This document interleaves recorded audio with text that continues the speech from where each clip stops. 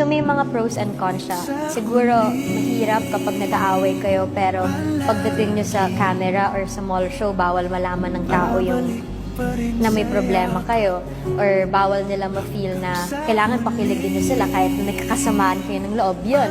Tapos siguro isa sa cons, hindi yung private life nyo, parang hindi kayo makakaalis agad kasi ang daming mata sa inyo na parang konting mali lang, alam mo yun, hindi kayo parang regular couple na hindi papansinin yung mga iniintay na lang na magkamali kayo ng tao.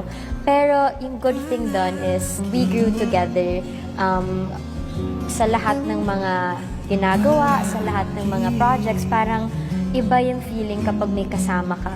And mas secure yung feeling ko because TJ was there. And parang doble yung saya pag kayong dalawa. Siguro pinili namin na investan yung isa't isa.